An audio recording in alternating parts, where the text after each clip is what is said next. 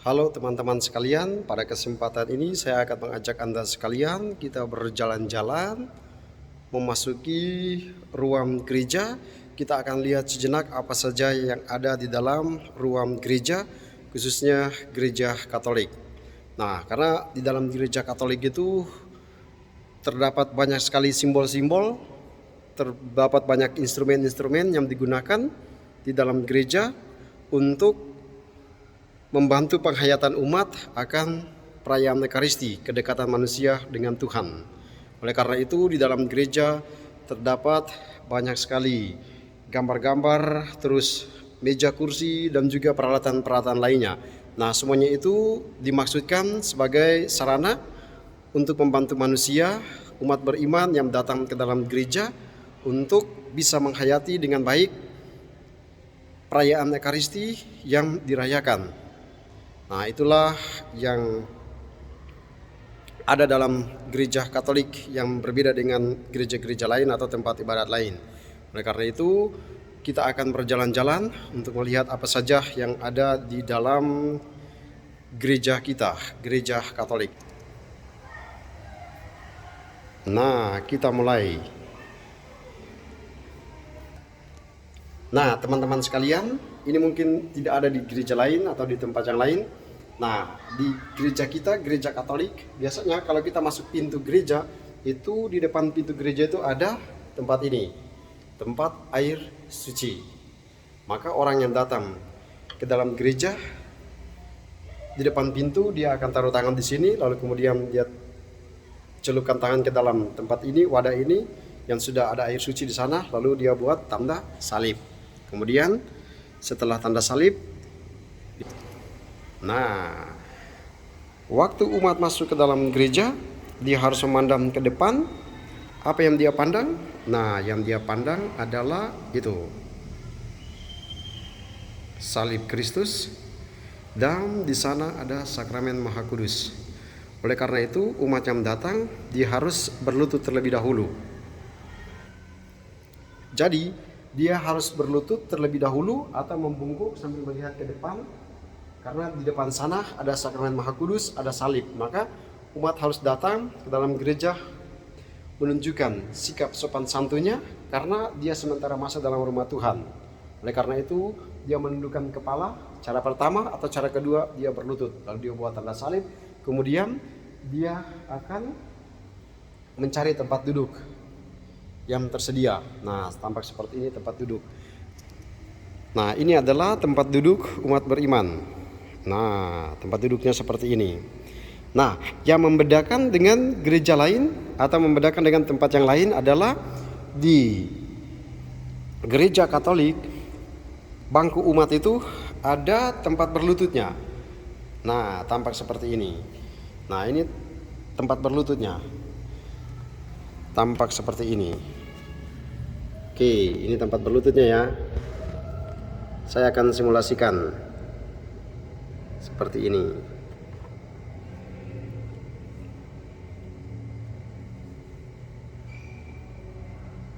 Nah, ini adalah tempat berlututnya karena memang ada saat dimana kita harus berlutut ketika merayakan perayaan Ekaristi. Ada saat dimana kita berdiri, ada saat dimana kita duduk. Maka pada saat duduknya kita duduk, pada saat berdiri, tapi pada saat berlutut ya kita berlutut. Maka disediakan tempat berlutut di dalam setiap gereja Katolik. Nah, ini adalah tempat berlututnya. Oke, kita maju lagi. Nah, pasti teman-teman akan bertanya, ini banyak sekali tempat-tempat ini maksudnya apa? Ini, di semua bangku terdapat itu tempat ini. Nah, tempat ini adalah tempat untuk menaruh kolekte kita. Jadi pada saat kolekte umat memasukkan persembahannya di sini berupa uang di tempat ini, lalu digeser ke ujung sebelah sana, lalu dikumpulkan, kemudian dibawa ke belakang sana, disatukan, kemudian dibawa ke depan altar sebagai doa dan persembahan dari umat. Nah, itu maksudnya. Oke, kita berjalan lagi menuju ke depan. Nah, di depan ini kita lihat banyak sekali simbol-simbolnya, banyak sekali instrumen-instrumennya. Pertama kita lihat ke atas dulu, ada salib Kristus. Nah, tampak seperti ini salib. Pengorbanan Kristus nampak dalam salib. Melalui penderitaan Kristus, umat manusia diselamatkan. Umat Kristiani diselamatkan oleh karena salib Kristus.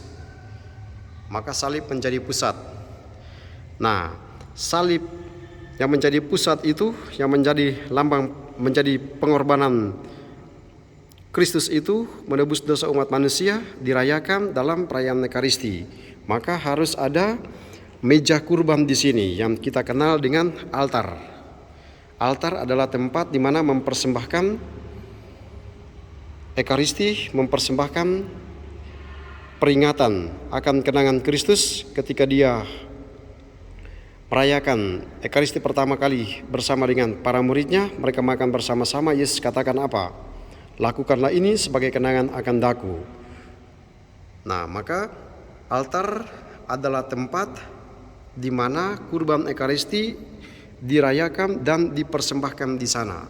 Di atas altar inilah peristiwa konsekrasi terjadi, di mana terjadi perubahan dari roti dan anggur menjadi tubuh dan darah Kristus. Nah, ini adalah altarnya. Nah, setelah tubuh dan darah Kristus itu dikonseklir di tempat ini, dipersembahkan di tempat ini, nanti sebentar kita masuk lagi ke sini, akan disimpan di tempat ini. Lemari ini namanya adalah tabernakel. Tabernakel adalah tempat untuk menyimpan tubuh Kristus yang sudah dikonsekrir dalam perayaan Ekaristi. Lalu dalam setiap altar itu selalu ada lilin. Nah, lilin dalam posisi menyala ketika perayaan Ekaristi.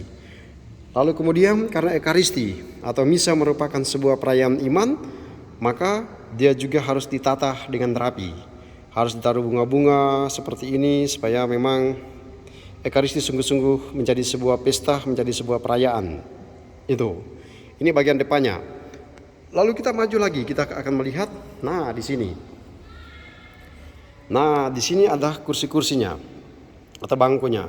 Ada bangku yang disediakan di depan ini adalah bangku untuk romo atau pastor atau imam. Di samping kiri dan kanan ini juga disediakan untuk misdinar atau ada romo yang konselebran bisa duduk di tempat ini. Lalu kita bisa melihat lagi di sebelah sini. Nah, ini adalah kursi untuk para misdinar, para pelayan, putra-putri altar. Nah, yang menarik lagi bahwa dalam setiap gereja Katolik selalu ada patung-patung. Nah, kita lihat di sebelah sana ada patung Bunda Maria. Oke. Nah, ini adalah patung Bunda Maria. Ini adalah patungnya, patung Bunda Maria. Lalu di sebelahnya lagi ada patung Hati Kudus Yesus. Nah, tampak seperti ini. Di sebelah sini juga ada bangku untuk para misdinar. Oke, kita ke belakang lagi untuk melihat. Nah, dari sisi ini kita bisa melihat bahwa ada beberapa mimbar. Ini kira-kira ada 3 mimbar, satu di belakang sana, satu di sini, dan satu di sini. Oke, kita lihat mimbar yang pertama dulu. Nah, ini dia. Mimbar ini adalah mimbar di panti imam, di mana imam, pastor atau romo dia akan merayakan Ekaristi. Nah, di bagian awal-awal imam akan berdiri di tempat ini. Dari pembuka sampai doa pembuka, imam berdiri di sini. Lalu kemudian setelah itu dia datang ke tempat ini untuk membaca Injil. Lalu dia kembali lagi ke sana untuk aku percaya. Lalu kemudian doa umat. Lalu setelah itu dia pergi ke meja kurban, persembahan dan seterusnya. Lalu kemudian di bagian penutup dia kembali lagi ke tempat ini. Nah, ini untuk imam. Sedangkan yang berikut adalah 2 mimbar di depan. Nah, ini adalah mimbar sabda. Oke, ini adalah mimbar sabda, dan fungsi dari mimbar sabda ini adalah tempat di mana sabda Allah itu dibacakan, tempat di mana sabda Allah itu dikabarkan. dibacakan di sana, diperdengarkan kepada umat. Nah, inilah mimbar sabdanya. Nah, ini mimbar sabdanya. Oke, mimbar sabdanya seperti ini. Sabda Tuhan dikhususkan untuk membaca sabda Tuhan.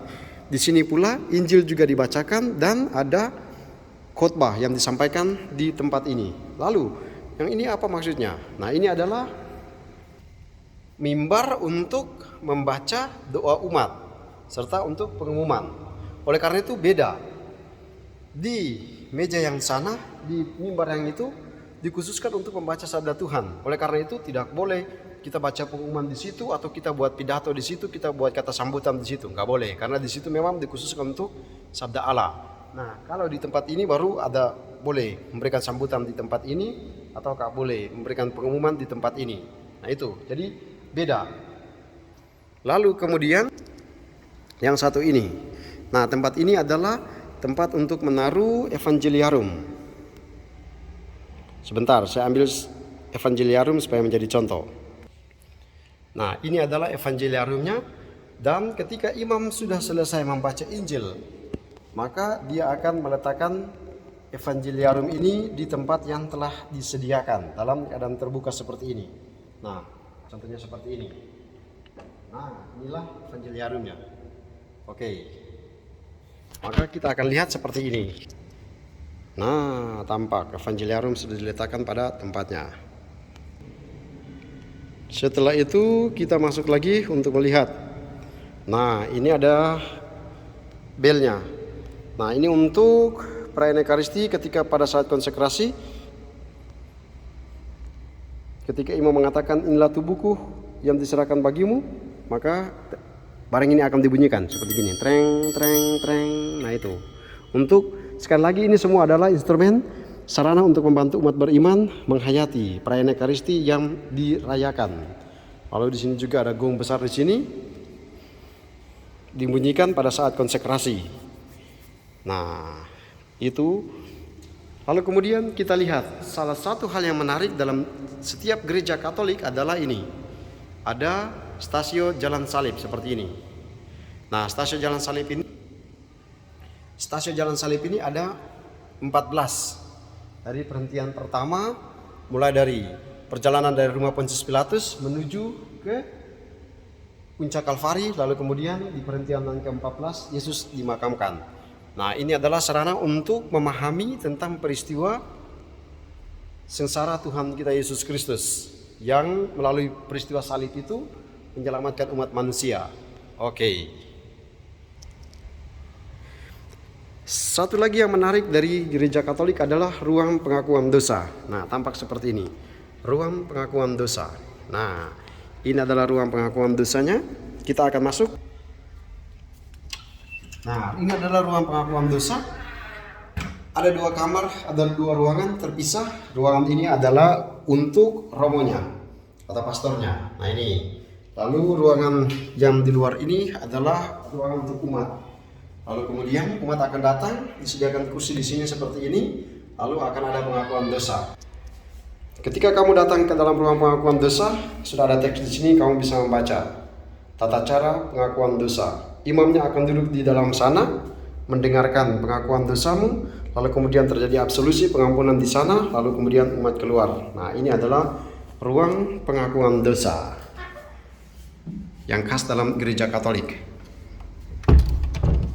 Oke, kita jalan lagi. Kemana lagi kita? Nah, masih di dalam gereja.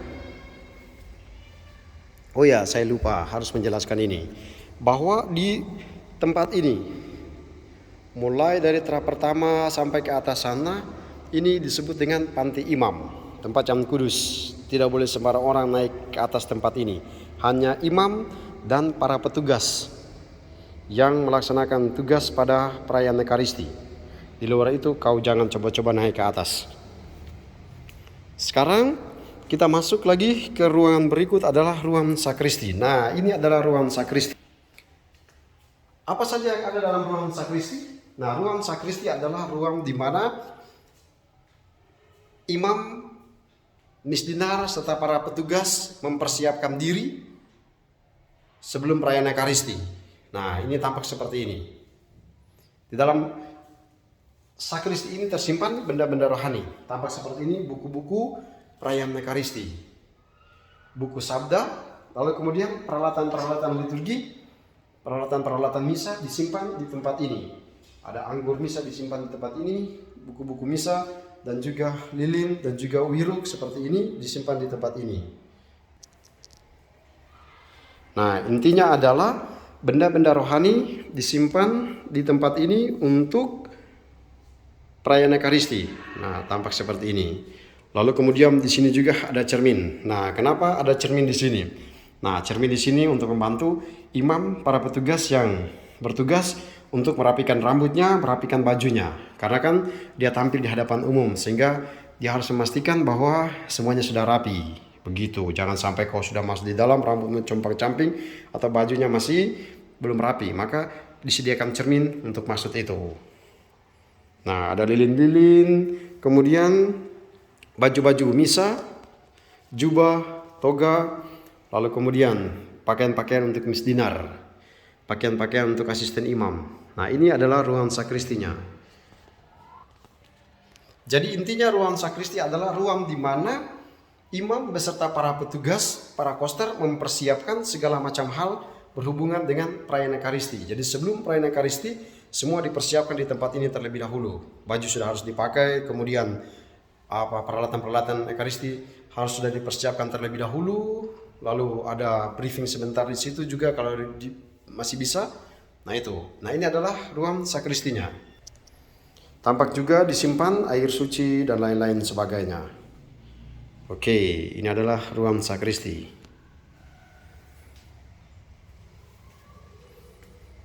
Nah, apalagi yang masih kurang. Nah, harus ada sound systemnya, ada speakernya, karena memang diperlukan supaya sabda yang diwartakan itu diperdengarkan sehingga umat bisa mendengar secara jelas. Sekali lagi, ini adalah bagian depannya, ini adalah bagian kursi umatnya. Nah, ini adalah balkonnya di lantai 2-nya. Nah, ini adalah tempat di mana kor penggerak dalam setiap perayaan Ekaristi atau ibadat. Nah, ini kor, mereka akan menempati tempat ini. Tampak seperti ini. Ini adalah tempat duduk kornya. Di atas tempat duduk kornya itu ada mic-nya, karena memang ya suara mereka harus jelas diperdengarkan. Ada keyboardnya di sana. Ada peralatan sound systemnya. Ya, sekali lagi semuanya ini adalah sarana untuk membantu perayaan Ekaristi sehingga berjalan lancar. Nah, ini adalah bagian dari tempat kor.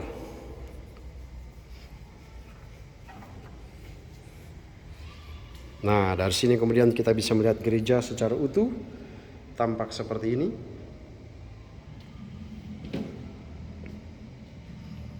Tempat duduk umat,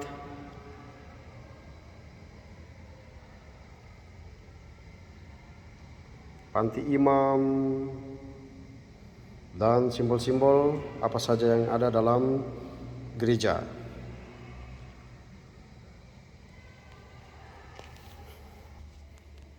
Oke, demikian beberapa hal atau beberapa instrumen atau sarana-sarana yang bisa dijelaskan kepada Anda semua ketika Anda masuk dalam gereja kita, gereja Katolik.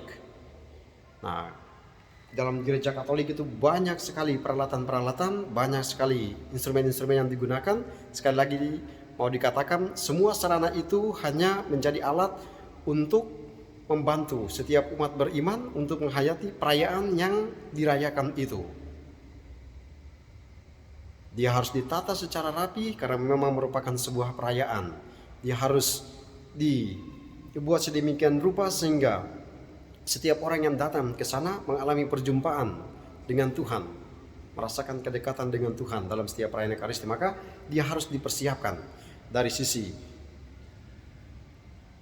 kebersihannya dan juga tata ruangnya dan juga bunga-bunga di sana, karena memang disebut sebagai perayaan iman, maka harus dipersiapkan segala macam hal di sana.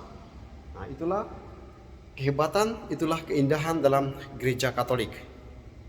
Terima kasih kepada Anda semua yang sudah menonton. Berkah dalam.